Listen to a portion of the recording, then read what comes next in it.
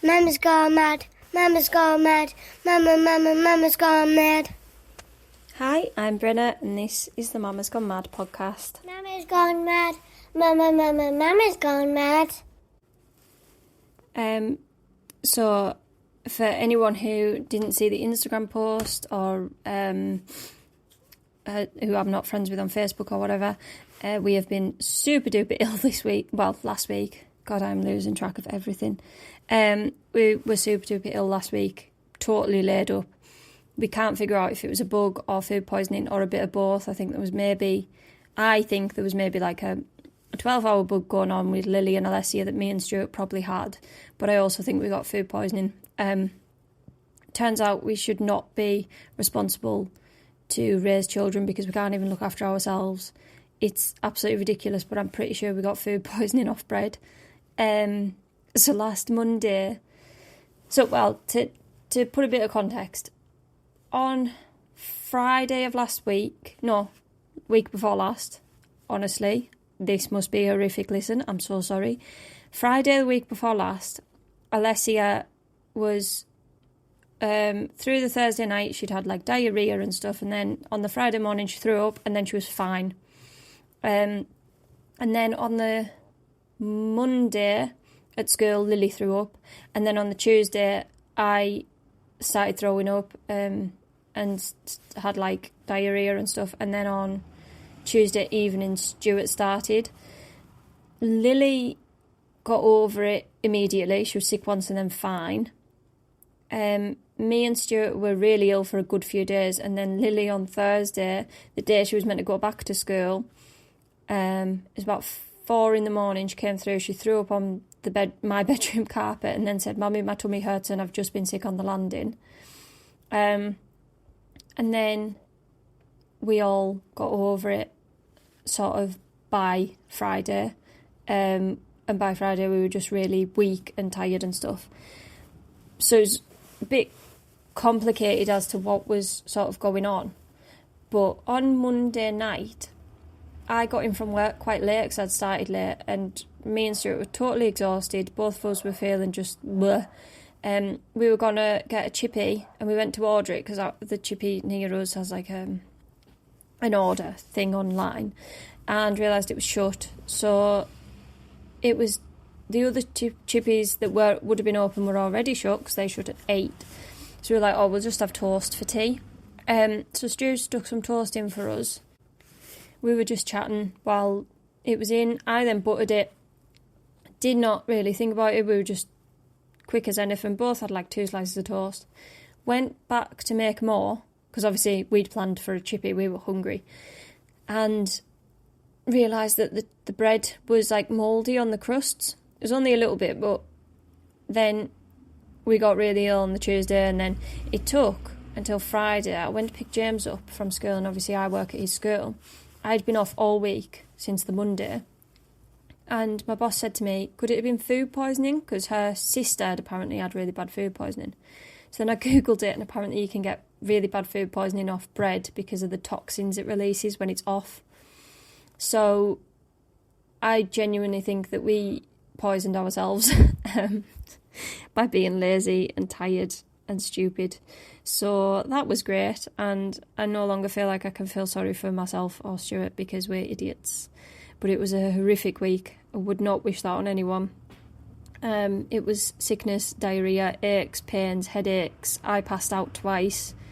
Absolutely unreal. We were getting fevers, shivers. We were freezing and then red hot and sweating. It was just awful. But we're over it now. We're all better. And I so appreciated at the weekend ordering a Chinese. I absolutely savoured every bite of that Chinese. After days of not eating, I lost 4 pounds in 2 days, which I'm already quite small. I could do without losing weight that fast and that sort of drastically. My ribs were sticking out, my hips were sticking out. I had no energy. I was exhausted. So it felt very good to have a Chinese. So we are all better. What a bloody relief. But yeah, not nice. Check your bread. We are idiots.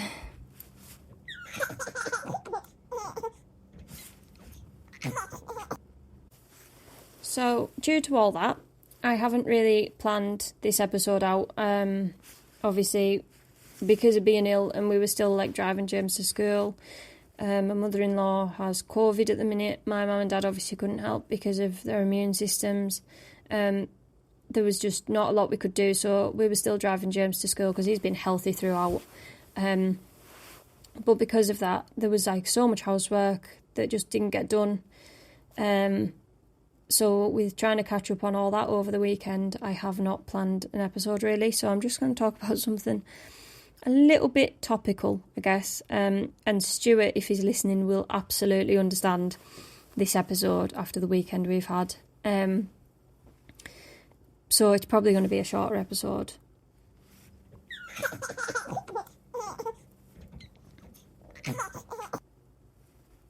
So, before I was a parent, I was the perfect parent. Before having kids, I was perfect. My kids would have never had screen time. My kids would have never been shouted at. My kids would have been confident and happy all the time because I was the perfect parent in my head. I had kids and became the polar opposite. Sometimes it's about survival, and I am just a surviving parent. So I used to proper judge parents when, like, say the kids were getting a bit giddy while they were out and stuff, and then the parents were telling them off. I used to judge them so hard. I'd be like, oh, come on, let kids be kids, and God, why are you so, like, stressed, and why are you so impatient with them, and, oh, they're just messing about a bit, that's what kids do. And now I get it. And now, when a parent tells their kid off for something that in the past I would have been like, oh, come on, behave, I'm like, oh, I feel ya. I bet you've had a nightmare of a day with that child. So usually I go to bed of an evening feeling nothing but guilt for the entire day. I'll go to bed. Sometimes I'll cry in bed because I have not been the parent that I want to be. I will have shouted. I'll have lost my patience. I'll have maybe said things that I didn't mean. I always apologise to the kids for it, but, you know, it doesn't take your guilt away, does it? It can be horrible. And then last night, I went to bed feeling nothing but proud of the fact that I didn't leave James on a church doorstep or kick him out the house or throw him in the bin, to be totally honest. James, throughout last week, had been golden. I mean, he did not put a foot wrong up until Friday. Honestly, he was so helpful and so lush, and I don't think the house would have run without him. And he's only 7, so I know there's a lot of pressure on him. Come Friday, when we were starting to feel better, when James, we call it his yellow mood, when he's giddy, we know we're in for an absolute nightmare. It's like he isn't there behind the eyes when he gets this giddiness, and he's like staring off into space, and he'll start laughing, this weird laugh, and he'll just be totally gone. And then that then turns into the red zone, which is like anger, kicking, shouting, punching, screaming, breaking things, throwing things. And it's a very fine line. And so when we see him go into the yellow zone, it's a nightmare for us. And on Friday, he went into the yellow zone. And basically, he used my phone to... So I always let them put my lottery numbers on. I always let them pick the lottery numbers. And Friday, I decided to do the Euro Millions, as well as the lottery on the Saturday. And James was putting on... He took my phone and he put 1, 2, 3, 4, 5 for the main numbers, and then for the stars he put 6, 7. And I was like, no, James, that's like, I know that all numbers are unlikely, but that's just a bit like daft. Let's not do that. Come on. So then he stepped away with my phone. He was like, okay, stepped away with my phone and went to pay for it. And obviously I saw that happening. So I was like, no, James, that's Mummy's money. That's Mummy's phone. You do not do that. Like, give me it back. So then he tried to pay for it, so Stuart just grabbed my phone out of his hand and he was like, you do not do that. What on earth are you doing? You've been great all week. And then we went into full meltdown.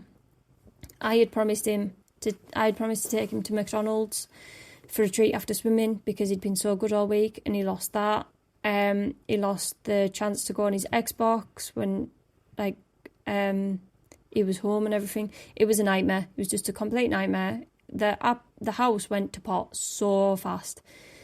He was kicking, screaming, slamming doors, punching walls, pushing us. It was awful. And then he sort of calmed down, thankfully, and then this carried on into Saturday afternoon after he had been at SingStars, and then it carried on all of Sunday. Yesterday was the worst day I think we've ever had with James in our lives. It was horrific. And when we put him to bed, we still obviously said, night, love you. We gave him a kiss and a cuddle because that's what we do no matter what. He always gets that. All of the kids get that every night. I do not care what mood they've been in. I do not care what's happened. I can't go to bed without knowing that I've said, good night, I love you, kiss, cuddle. And we did all that, but there was also a lot of shouting. There was a lot of, Stu slammed a door at one point, and I kind of had to pull him back and be like, right, let me take the reins here because you're now not being the adult. And it's so hard to stay the adult in these situations. And I, on Friday, was the adult. I was the one who calmed him down. I was the calm one. On Saturday, I then wasn't the adult, and I was the one who was like, James, what on earth are you doing? Just stop it. And then on Sunday, I kind of had to be the adult again because Stuart had lost his mind. So we have to take it from each other. We have to check each other, see what level we're at, and try to take the reins a bit. And so that we're not ganging up on him as two grown adults. Because we both believe firmly and strongly that kids need discipline, we can't stand entitled people. I think there's an entire generation of young adults now who are, a lot of them are entitled. They think they shouldn't have to work for money. They think everything should be handed to them. They're rude, they're obnoxious. You see a lot of it in these reality stars and celebrities, and I hate it. I cannot stand it. I hate the fact that children look up to them. It winds me up something sick, and I won't have that in my kids. I don't judge anyone else's parenting. If you want to go gentle parent all the way and never shout at your children, you do that. If you are not a parent though, do not judge what we do. And I would appreciate if any gentle parents didn't judge us for what we do. We shout at our kids. We have discipline. We have very strict boundaries. And if they're pushed, we will discipline for that. It's a no-brainer. You can push so far because kids are kids, but then we will step in and we will say, you behave now because that is not all right. And sometimes I'll remind the kids, if James is getting violent, I will turn around to him and say, right, so if Daddy did that, Daddy would be in prison. You don't do that. If they tell lies, I'll say, if you lie to the police, that's against the law. I'll always throw things in that maybe sound really dramatic, really drastic, but actually, for me, are fundamentally important. And I, over the weekend, genuinely, I kind of had to push myself last night to go in calmly and give him a kiss and a cuddle and say night-night and, say I love you and everything. And it had just been one of those days. He's only 7, I get it, he's a kid. And it's great when you can look back, hindsight is a beautiful thing, isn't it? And if we could all live in hindsight, our lives would be perfect. But I was living in the moment, in reality, and it was bloody hard work. And it was hard to be, because Stuart wasn't at the right level, it was hard for me to bring myself to that level and be the sort of calm one. I had to bath him.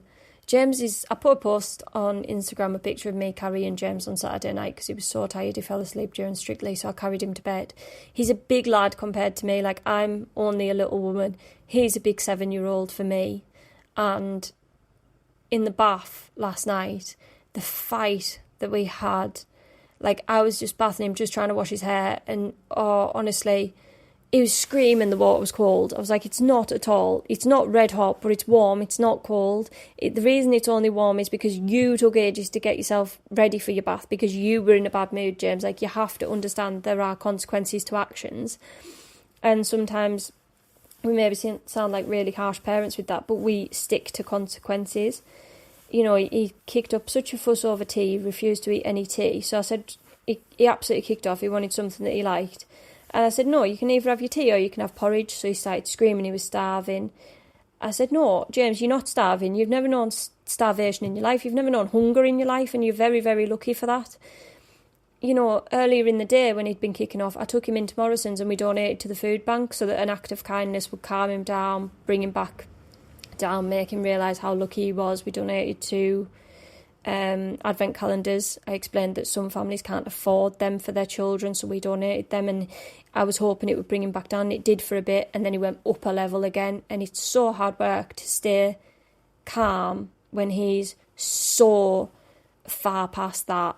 It can be really hard to be the adult.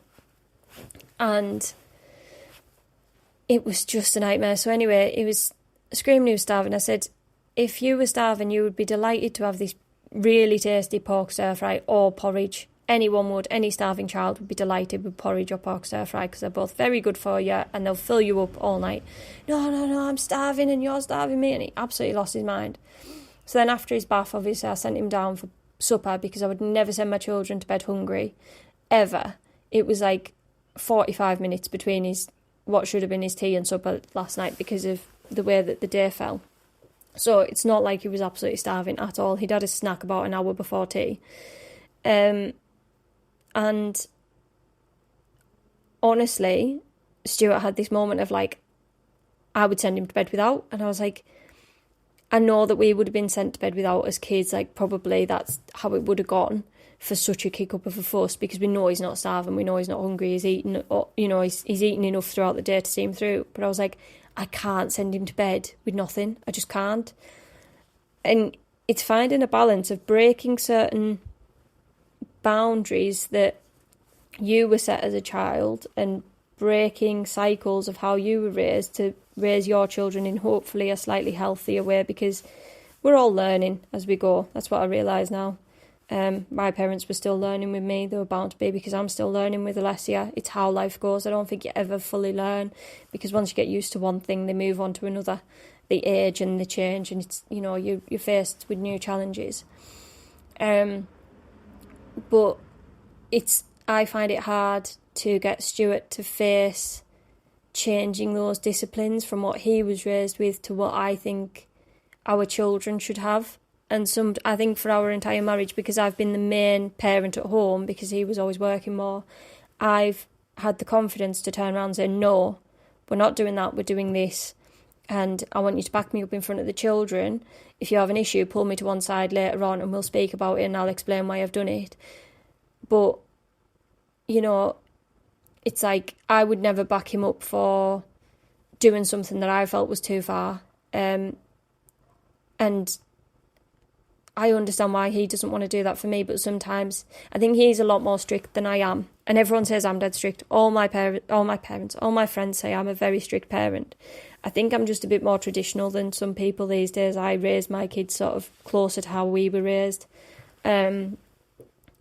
Because I really don't want them to be spoiled little brats who are horrible and rude and don't care about anyone else. I can't stand that in children, in adults. I can't stand it in anybody. So yeah, I don't know where I'm going with this now. But I guess the moral of the story is do not judge parents. Don't judge each other as parents. And don't judge...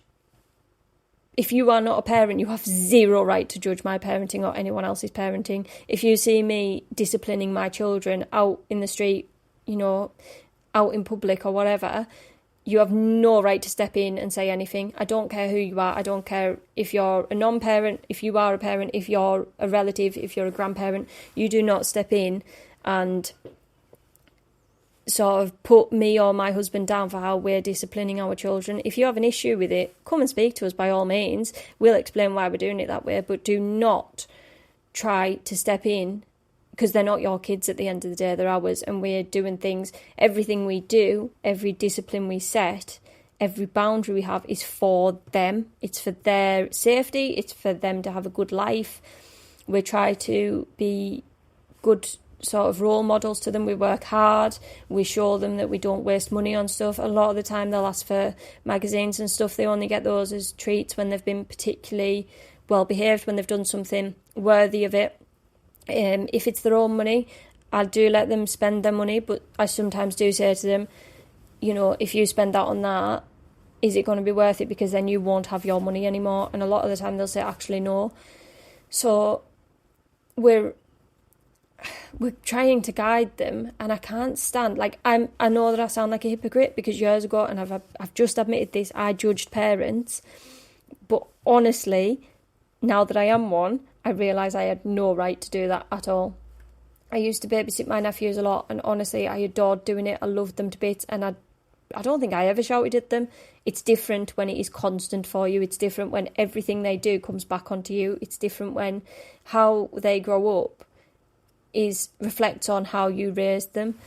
It's all very different. There's a different level of pressure when it is your own child. So just don't judge anybody's bloody parenting. If that child is safe and happy and well fed and in a loving home, leave it be, all right? If you have an actual issue, go and speak to the parent privately or speak to a family member of that parent.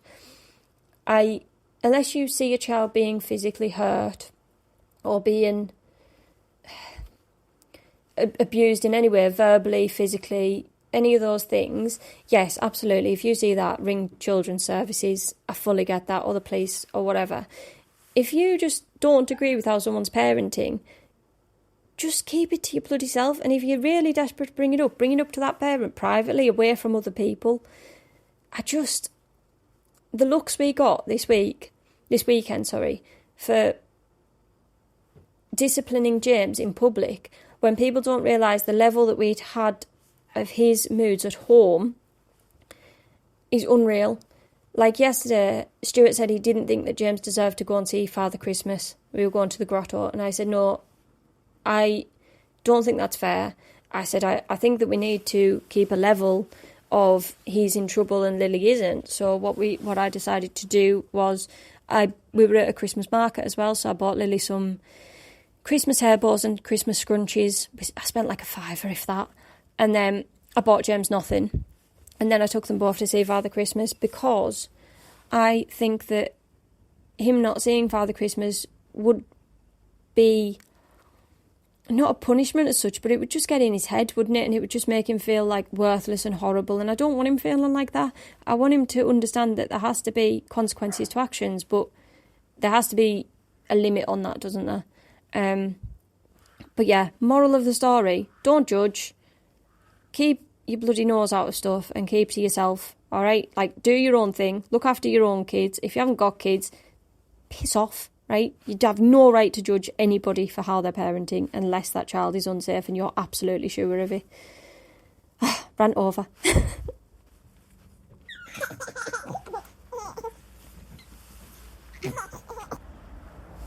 So I got a really, really, really funny message yesterday. It was from one of my neighbours and friends, and she sent me 2 photos of her beautiful Christmas decorations, her outdoor lights and her window stickers and everything. They were beautiful. It was like a white theme, absolutely lovely, quite classy, really nice. And then she sent me a picture. She'd gone out, and then she sent me a picture of what she came back to, and it was all like Grinch stickers in the windows. So obviously like bright green and red. And then I said, oh God, who'd have kids there? And she put, well, it wasn't even the kids. Well, it was the youngest and the biggest being her husband. And I was absolutely peeing myself because, in fact, I don't even know if they're married. I should say partner, shouldn't I? I should really check these things. And then I said, well, who'd have men? Because honestly, having men and children, you're just adding another child if you've got a man in your life, honestly. I fully get that. I thought that it was hilarious though, and I asked her if I could mention it because it proper made me laugh. I'm seeing a lot of Christmas decorations up. We're hoping to get ours up. We've got so busy at the minute. And Stuart's like, well, we'll do it next Saturday. And he'd totally forgotten that we have the kids' show, Christmas show, and then we have a birthday party as well. So it's going to be very tight to get them up Saturday, but we'll see. We're going away this month as well for our one night away. I can't wait. I'm so excited. I just hope that Alessia is good for my mum and dad, because I really don't want to have to go away and be worrying the whole time, because then it'll just be wasted. I'm hoping to be able to drop her off with my parents sort of before lunchtime if possible, and get going and make the absolute most of it. Relax and be a couple again and not mum and dad all the time, because it's such a killer for your marriage just being mum and dad all the time. Like, you need that break. Little reminder to everyone, you need that break. Absolutely need it. We've been doing in-house date nights. As soon as Leslie is back to sleeping, I've got one planned. It's for an escape room in the house. I'm so excited. I'm going to set that up one night. Stuart's doing really well as well with being sober. Like, he's now gone... I mean, it's not like he was addicted to alcohol or anything like that. He's gone sober for his own reasons, like he wants to be healthier and stuff. But it's definitely hard to come off drink of a weekend when you see it as like a way to chill out and relax, because he always saw that Friday night as like, oh, open a beer, relax. Saturday night you have a couple of wines, oh, relax. So it's definitely hard to do that, and like fair play to him, because he's gone like, he's like a month now. I think that's absolutely class. I've definitely cut down as well, so we're trying to be healthier together.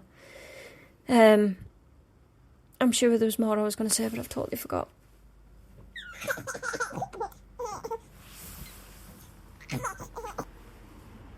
Anyone who hasn't already, if you live in Cumbria, please go on Facebook and like the page, the Secret Santa West Cumbria, I think it's called.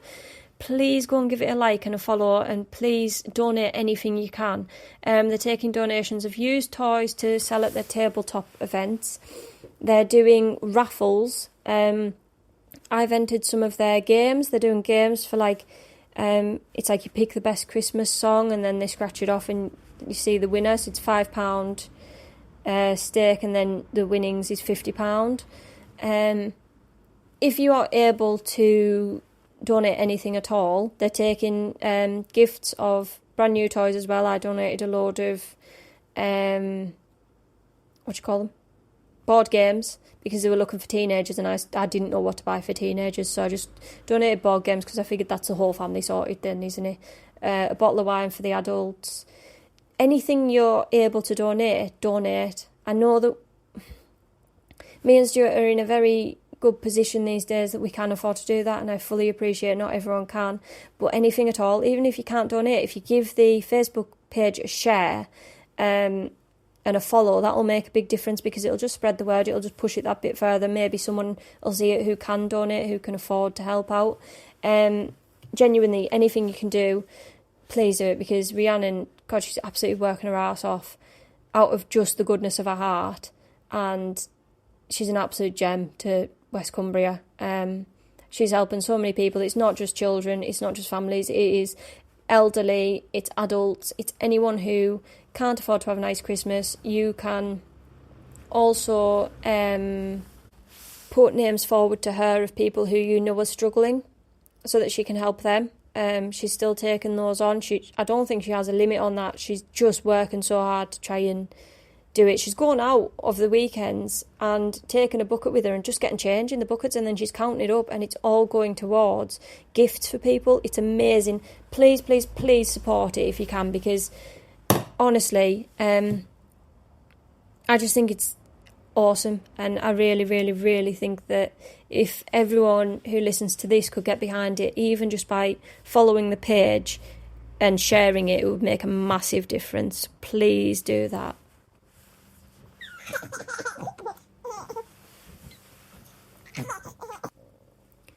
I have some very exciting things coming up, which I am not going to say, but there are things in the pipeline thanks to this podcast which are so exciting. There's a very limited number of people who know what I'm talking about. I mean, could definitely count on one hand how many people know. I think it's maybe 3, possibly 4 people know what I'm talking about, and it's so exciting. We're coming up to Christmas. There's so much to do. It's silly season. Quick reminder, do not get yourself in debt for anybody. Anyone who you buy for Christmas, who loves you and who deserves your gift, will fully understand if you can't buy for them or if you have to make them a gift. Honestly, a little shout out to my family and friends as well. Like, and obviously by that I mean all our family, because Stuart's family and my family too. Don't get yourself in debt for us. We don't need anything. We have everything we need, and we would much rather have your company if you can't afford to buy us any gifts than you getting yourself into silly debt or silly worries, keeping yourself up at night for it. Don't do that. That's not what Christmas is about. I would much rather you came round here and I would cook you a nice dinner and we can have a nice laugh as friends. Like, please don't get yourself into worry and like money troubles. It just isn't worth it. It really isn't. Christmas is about family and love and friends, and that's really soppy and that is so not me, but it's so true. Like, don't do it. If you're having any worries at all as well, I am still always here. I receive so many amazing messages from people telling me about their worries and the things that they've been struggling with as parents. I always reply. Sometimes it takes me a little while because obviously I'm a mum. I've got 3 kids, I've got a house to run, I've got a job. There's things going on. But I always reply, and I don't want anyone sitting thinking, oh my God, I have no one to speak to. I don't just receive messages just to read out on this podcast. There's so many I've received that I have never read out on this podcast or mentioned on this podcast. It's not the type of person I am. I'm not a nosy Parker. I'm not about gossip or any of that. Just don't want anybody sitting thinking, I'm on my own, I can't do this, whatever. Drop me a message. Everyone is struggling. Everyone I know is struggling. Some hide it better than others, but you don't have to hide it and you don't have to do it alone. So, yeah. I'm going to leave it there for today, but genuinely, don't get yourself all worried over silly season. Christmas is not about all the grottos. In fact, there's a lot of free grottos as well. There's a lot of things that you can do that don't require a lot of money. There's a lot of gifts you can give that also don't require a lot of money. For years, we just gave handmade gifts to people while we were in a lot of debt and we were trying to get out of it.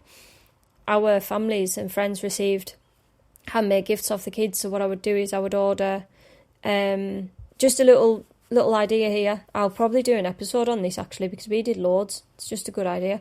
We would order like clay and make things out of clay, and we would give those to family members. So my family members still have pots and vases and tea light holders and little handprints that are painted of the kids.